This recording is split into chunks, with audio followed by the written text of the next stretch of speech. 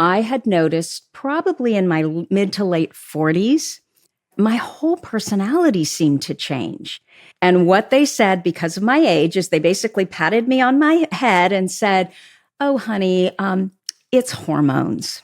So my son was diagnosed, and literally it took me 8 months of researching ADHD for him, for me to finally for it to connect in my brain that, oh my gosh, what this has been all along is ADHD, and he got his ADHD from me.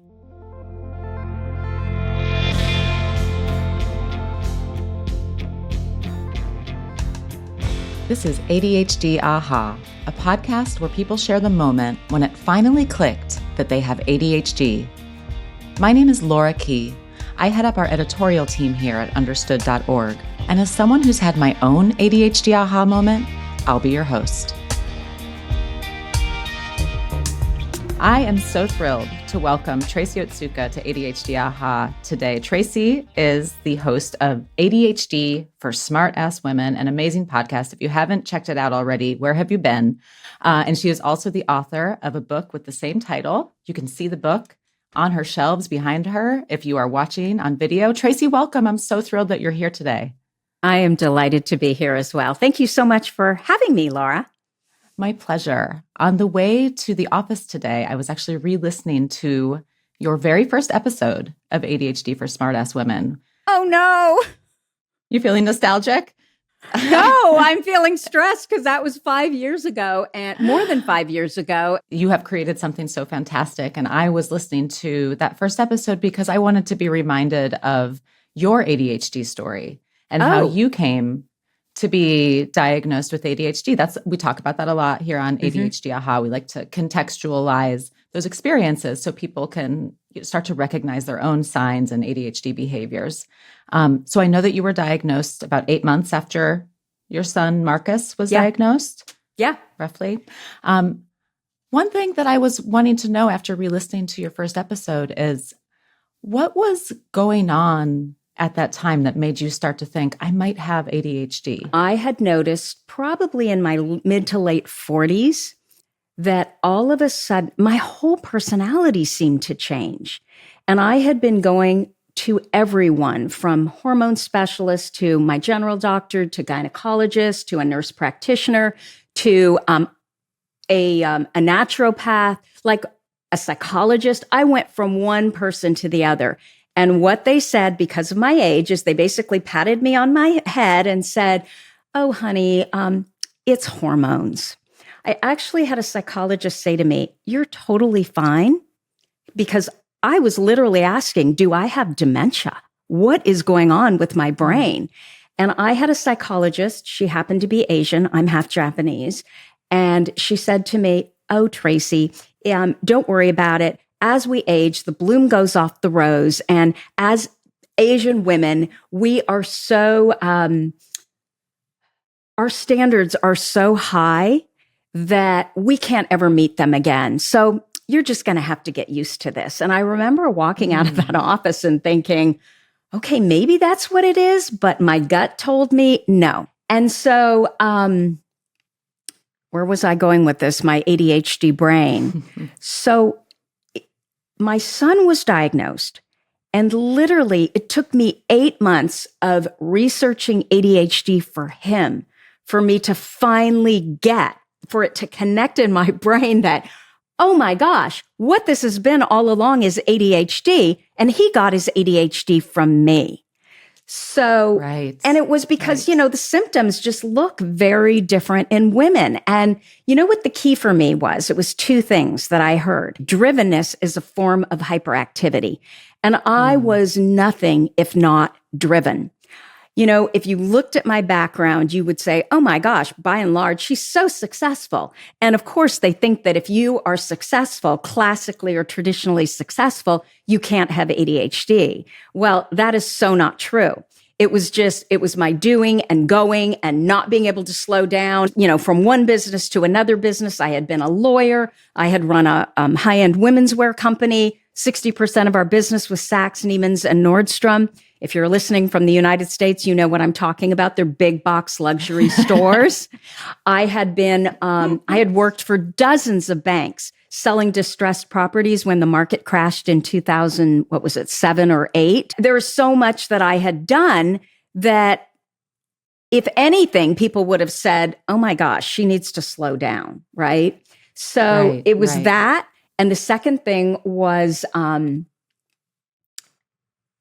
my heightened sense of interpersonal intuition, where I could walk into a room, I didn't know anybody there, and I could literally read it.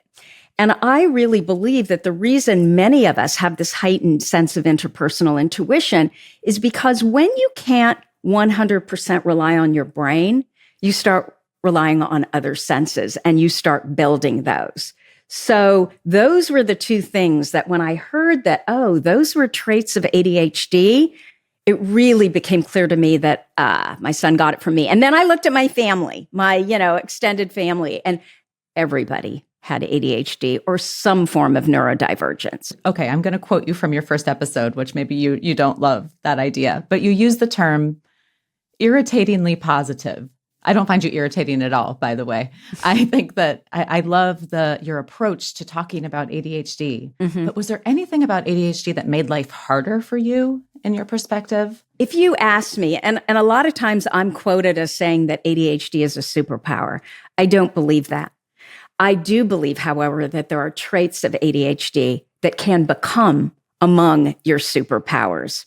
And the reason I say that is if you tell me that I can keep all of my ADHD qualities, but get rid of my total lack of working memory, I would take you up in a heartbeat.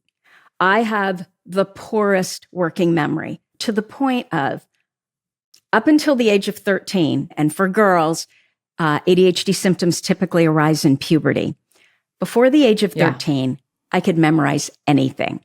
I was the lead not only in the English-speaking plays, but also the German-speaking plays because my mom was German. After 13, I cannot even remember let's say 2 sentences from a chorus of my favorite song.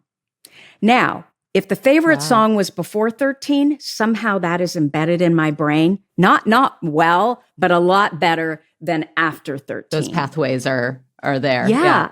So even, I spent 2.5 years writing a book, and I had so much panic about, I'm going to show up and someone's going to ask me a question about my book, and I am not even going to remember that I wrote it.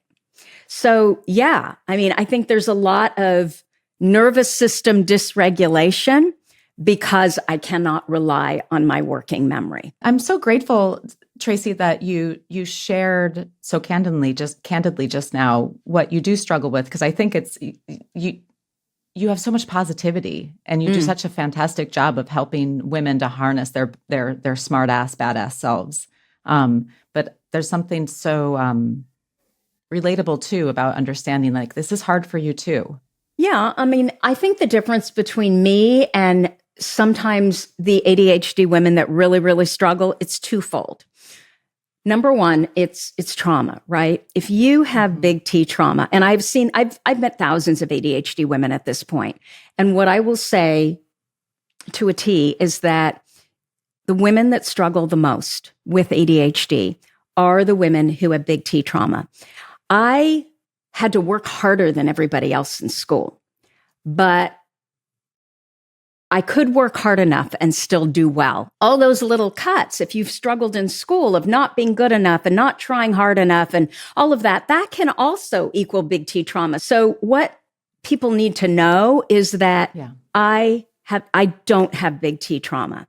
And so my journey is always going to be easier. And I really want people to understand that because I don't want them to beat themselves up about the fact that they're having a harder time of it. So because I don't have that trauma and I am naturally very optimistic, I tend to laugh off a lot of things. So what women will see on my podcast is they'll often see me, modeling what I'm hoping they're going to model, which is, okay, where are we again? I can't remember where I was going with this. And then just laughing it off and getting back into it. So I don't really apologize for those kinds of things. I mean, that's the way my brain works.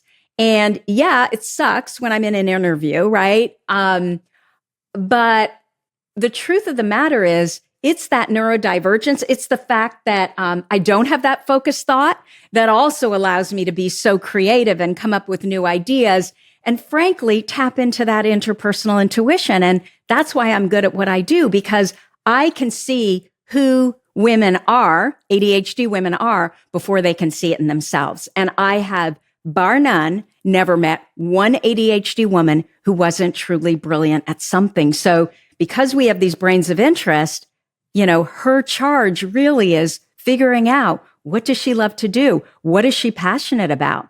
Because those are the things that she's going to be the most successful at. And those are also the things where her executive functions, they're going to work. She's so interested. She's so hyper-focused that she's going to learn better and faster than a typical brain. You're approaching 300 episodes of your show. So first of all, bravo. That's so exciting.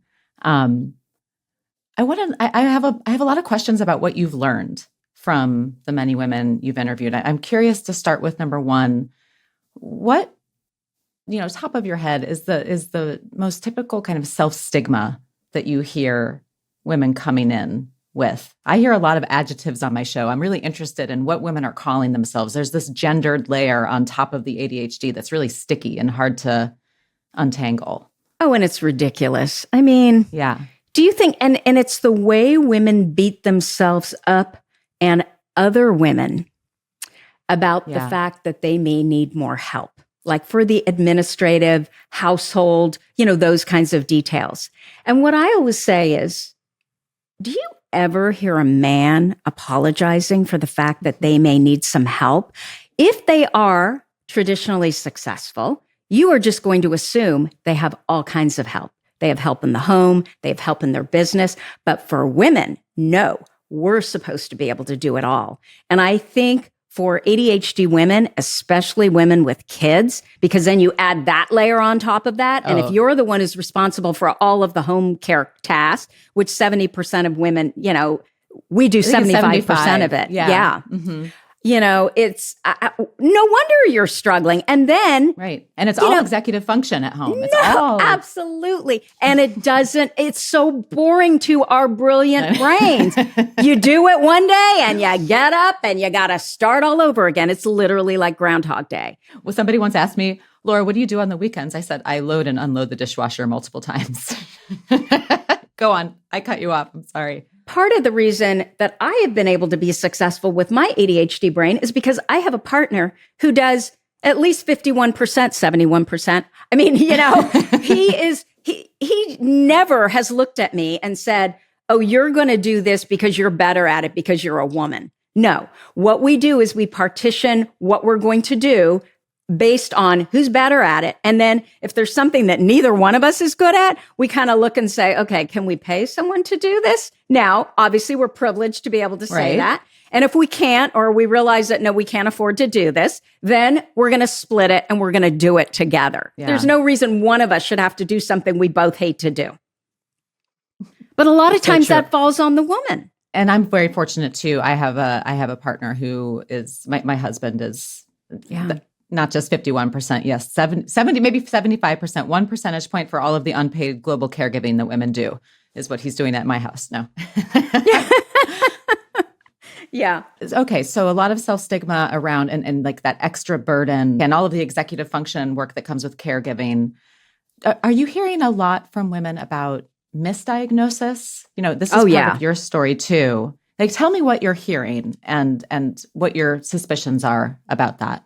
And it's shocking to me every single time. I mean, it is, but it isn't because I've received so many of them. But recently, like a day ago, I had another email from a woman who told me, and I've had 2 this week actually on this specific misdiagnosis. Both of them were misdiagnosed with bipolar disorder. And we know that if it's not bipolar disorder and you're given the medication for bipolar disorder, it is completely awful for our ADHD.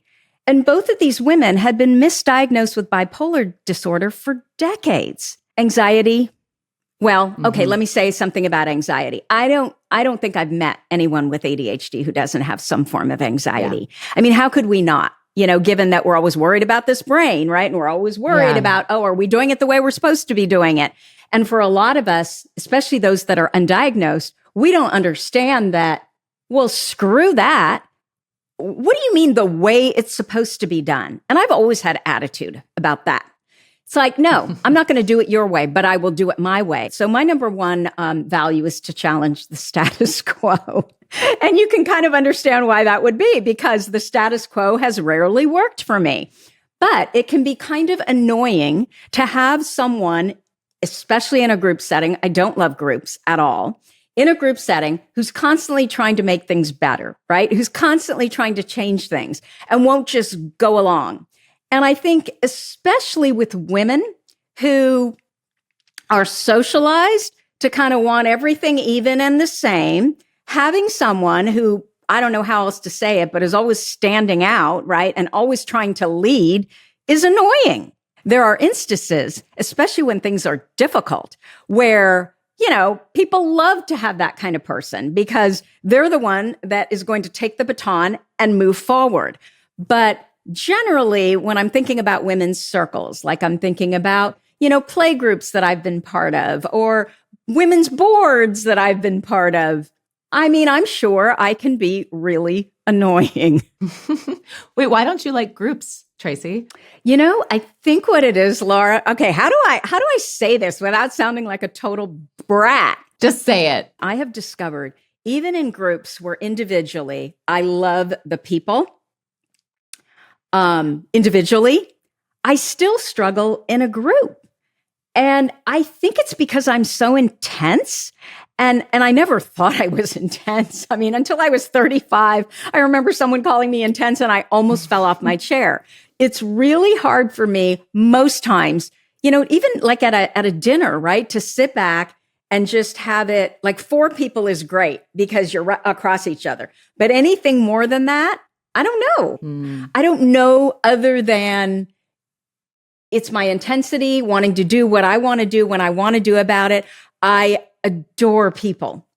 And so I want to know about specific things about that person. And now, not everybody with ADHD is like this. In my experience, the women that would be more inattentive actually tend to be very good in groups, right? And they can kind of just fade into the background and be one of many, versus I think it's those that are pretty hyperactive where I don't have a lot of patience. Yeah. I want to get to the answer. I'm so interested in people, so I want to know more about you.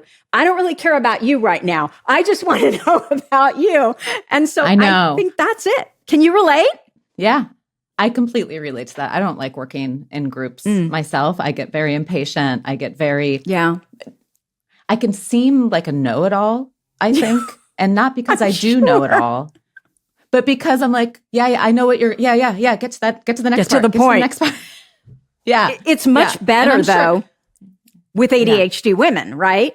Because especially the more hyperactive ones, they're just like you, and the inattentive ones don't mind. So I love groups of ADHD women. Are you a perfectionist, Tracy? I'm a recovering perfectionist. That's the other thing with ADHD. I think everybody thinks that, if you have ADHD, your car is a disaster, your house is a mess, you're Kathy comic, you just and fetal sure, position. There are exactly. Sure. There are women with ADHD, people with ADHD that are just like that. But I also think there's the other ones, and that would be, me included. And those are people who, what I call it is visual pollution. So if there's any visual pollution around me, I cannot get my work done. Now, that might mean that behind those cupboards, it's not all that organized, but at least I don't see it. So if you walked into my house or you came into my car, it would look perfect.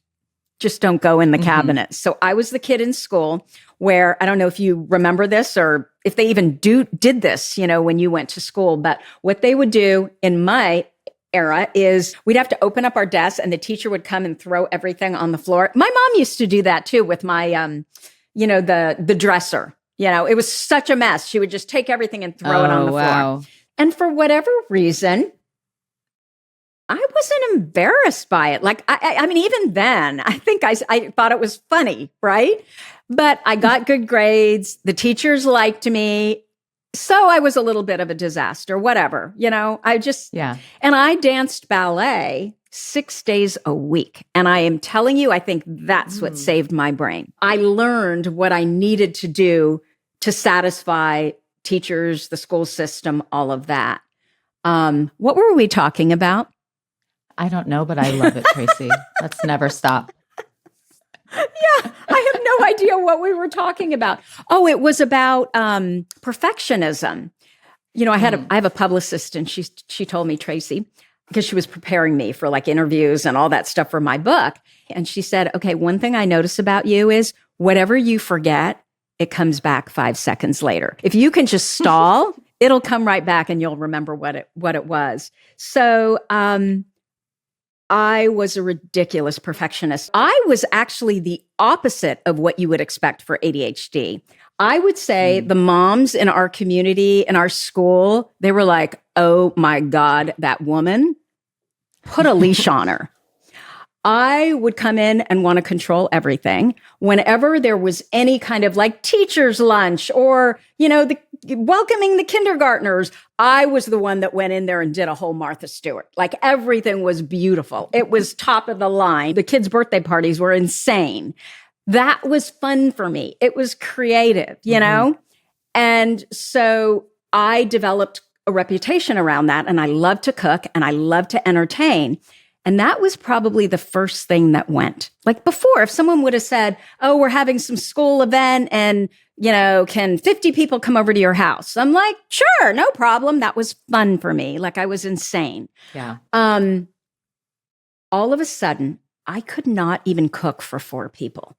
I literally would sit in my kitchen and I would spin. And I always had problems with the timing. What goes in when, but I would kind of write it out in like a spreadsheet. And so it was okay. Like the timing, like making sure that everything was warm by the time, like at the same time. Oh my gosh. Or what needs to go in the oven and then that comes out and then coordinate. Like I was always bad at that, but somehow I figured it out. And for kids' parties too, you can do a lot of, like salads and things that were warm at one time, but now, like a rice salad or it didn't matter, right? It was perfectly fine. I love this party at room temperature. Party tips, ADHD party tips from Tracy Otsuka. I love it. That is your second book.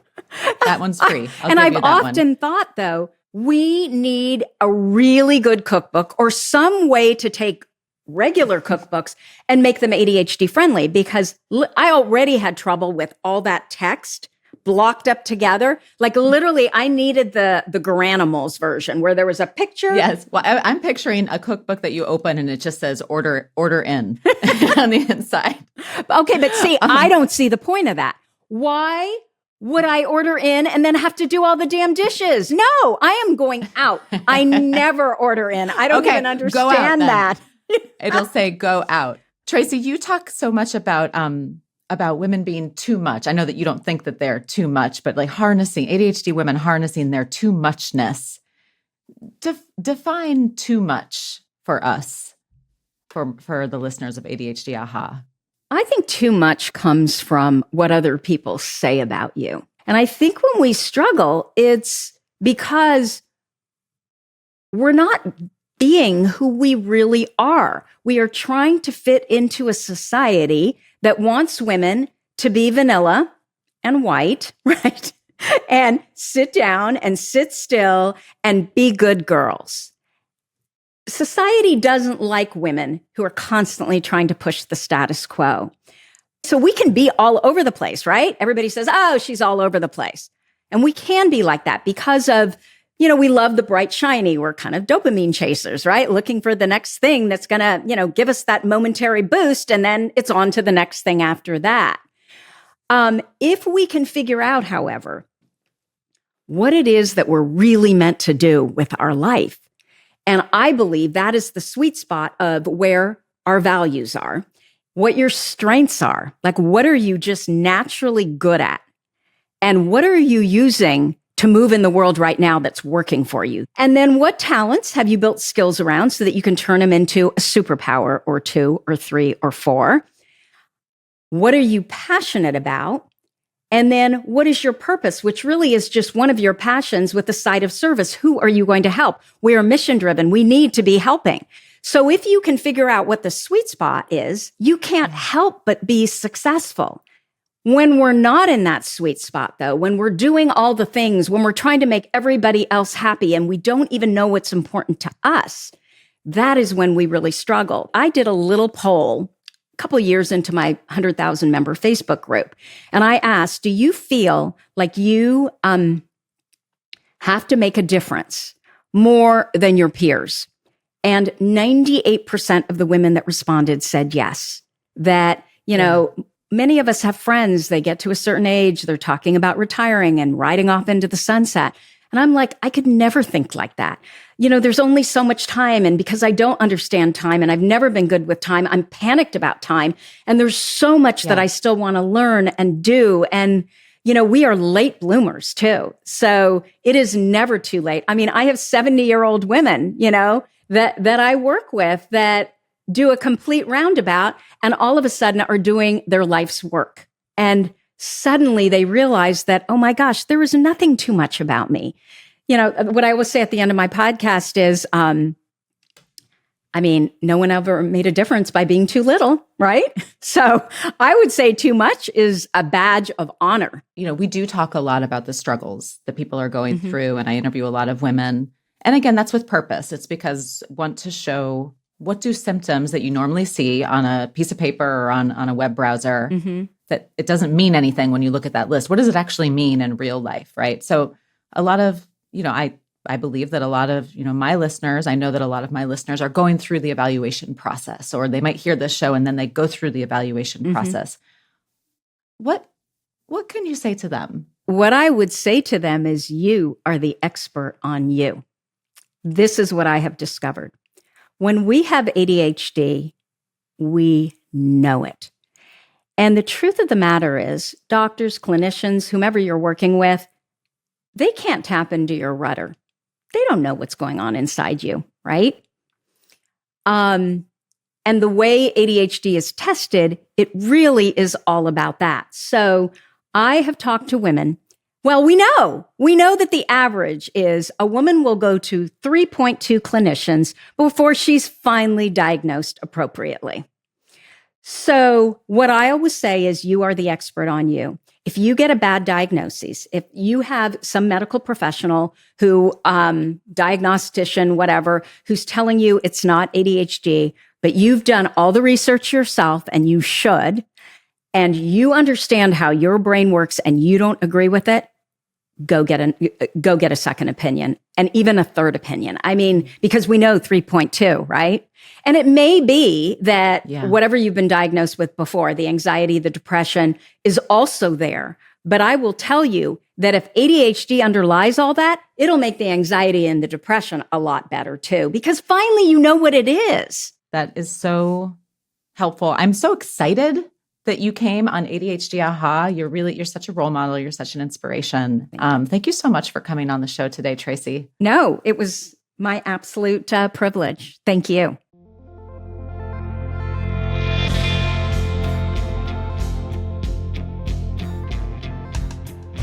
Thanks for listening. As always, if you want to share your own aha moment, email us at adhdaha@understood.org. I'd love to hear from you. Be sure to check out the show notes for this episode. We have more resources and links to anything we mentioned. This show is brought to you by understood.org. Understood is a nonprofit organization dedicated to empowering people with learning and thinking differences like ADHD and dyslexia. Learn more at understood.org. And if you like what you hear, help us continue this work by donating at understood.org/donate. ADHD Aha is produced and edited by Jessamine Molly. Jessamine, are you there? Hi, everyone. I'm still here.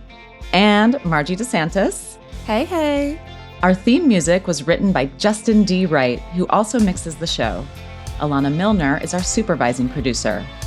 Brianna Berry is our production director. Neil Drumming is our editorial director. Creative and production leadership from Scott Koshier and Seth Melnick. And I'm your host, Laura Key. Thanks so much for listening.